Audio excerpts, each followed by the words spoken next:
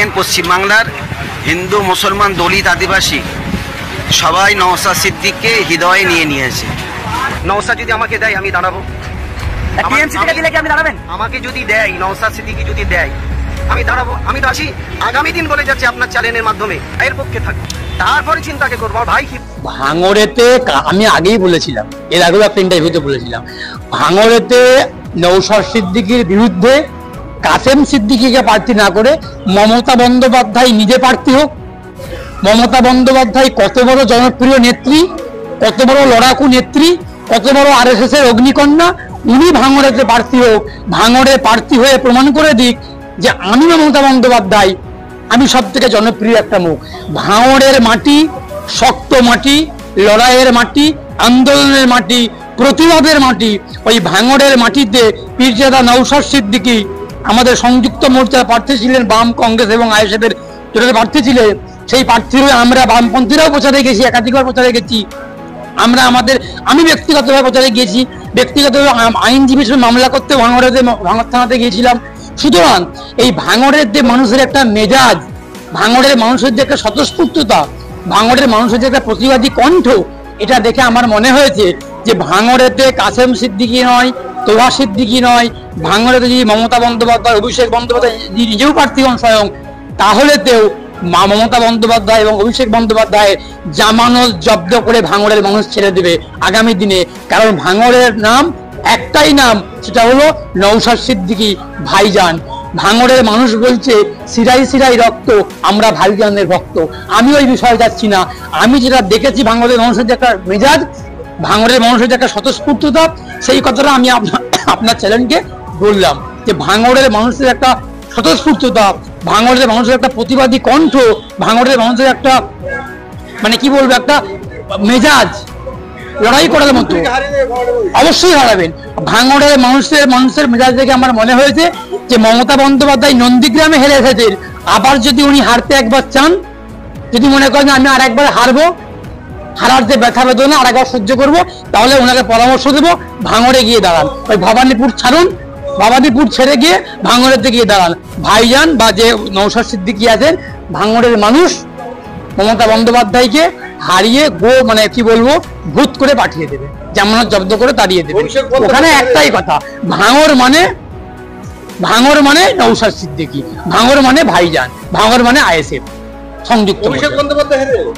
আমি তো বলছি, যদি ক্ষমতা থাকে, যদি বুকের পাটা থাকে, যদি রাজনৈতিক ভাবে কোনোরকম ভাবে মনের মধ্যে শক্ত একটা বাসনা থাকে, ইচ্ছা থাকে, তাহলে মমতা বন্দ্যোপাধ্যায়, অভিষেক বন্দ্যোপাধ্যায় একযোগে কাসেম সিদ্দিকী হোক, তোহা সিদ্দিকী হোক, উভয়কে বলছি ভাঙড়ের মাটিতে গিয়ে দাঁড়িয়ে নির্বাচনে প্রতিদ্বন্দ্বিতা করুন।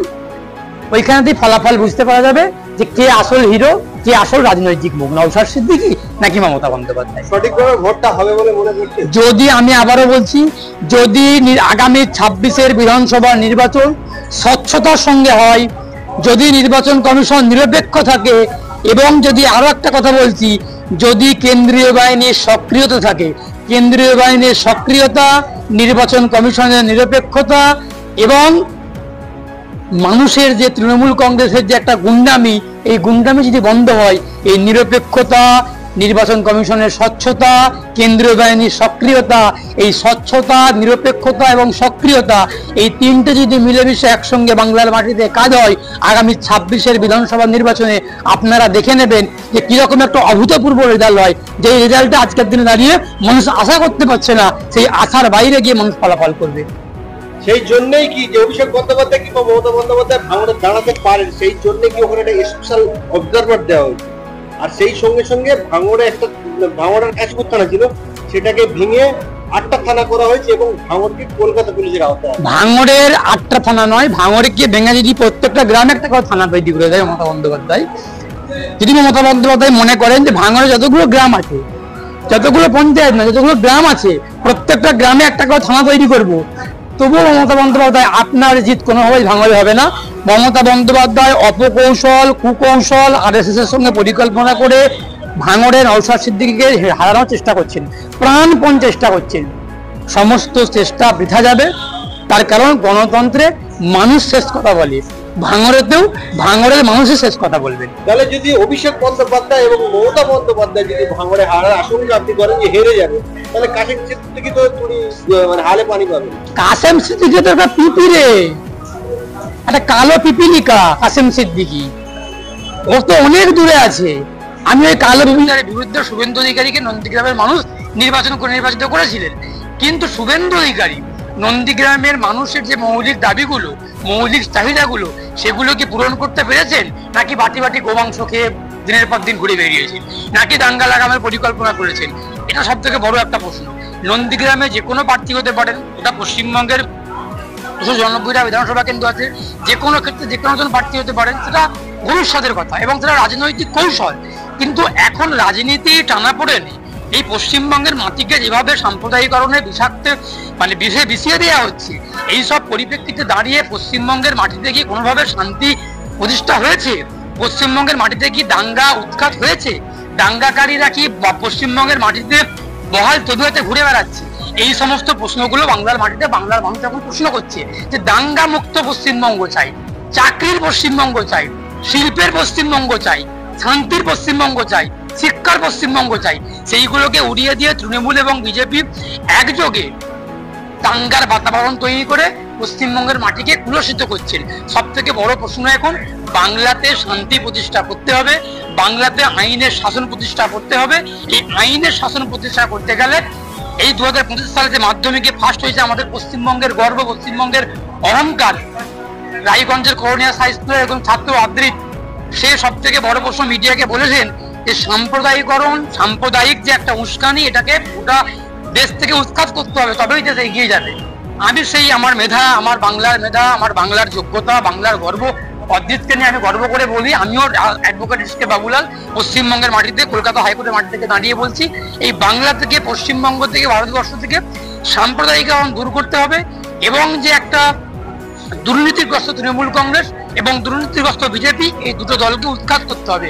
আগামী দিনে প্রগতিশীল ধর্মনিরপেক্ষ গণতান্ত্রিক দলকে বাংলায় বা ভারতবর্ষে ক্ষমতায় আনতে হবে, স্পষ্ট কথা। আপনারা জানেন যে গাইবান্ধা লোকসভা কেন্দ্রে অভিষেক বন্দ্যোপাধ্যায় 7 লক্ষ ভোট পেয়েছে। সেই ভোটে কলিমুদ্দিন শেখ, অধ্যাপক কলিমুদ্দিন শেখ, তারা কিন্তু মামলা করেছে আজকে কলকাতায়। আমি আপনার চ্যানেলকে এখন ইন্টারভিউ দিচ্ছি এই মুহূর্তে দাঁড়িয়ে, এই টিফিন টাইমে মামলা করে এসে টিফিনের ফাঁকে আপনাকে ইন্টারভিউ দিচ্ছি। ডায়মন্ড হারবারের প্রার্থী, তৃণমূলের প্রার্থী অভিষেক বন্দ্যোপাধ্যায়, উনি জিতে আজকে ডায়মন্ড হারবারের সাংসদ হয়েছে। তার বিরুদ্ধে বিজেপির যিনি প্রার্থী ছিলেন, সেই প্রার্থী ঘটনার চক্রে আমার পিছনে, আমি দেখলাম আমার পিছনে কোনো একটা চ্যানেলকে ইন্টারভিউ দিচ্ছে। ওই প্রার্থী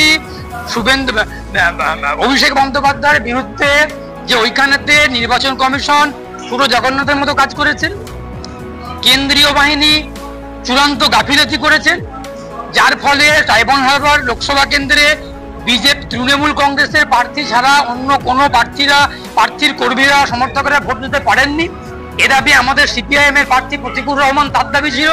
আমাদের প্রার্থী সিপিআইএম এর প্রার্থী প্রতীকুর রহমান দাঁতে দাঁত চেপে ময়দানে ডায়মন্ড হারবার মাটিতে লড়াই করেছেন ভোটের দিনকে।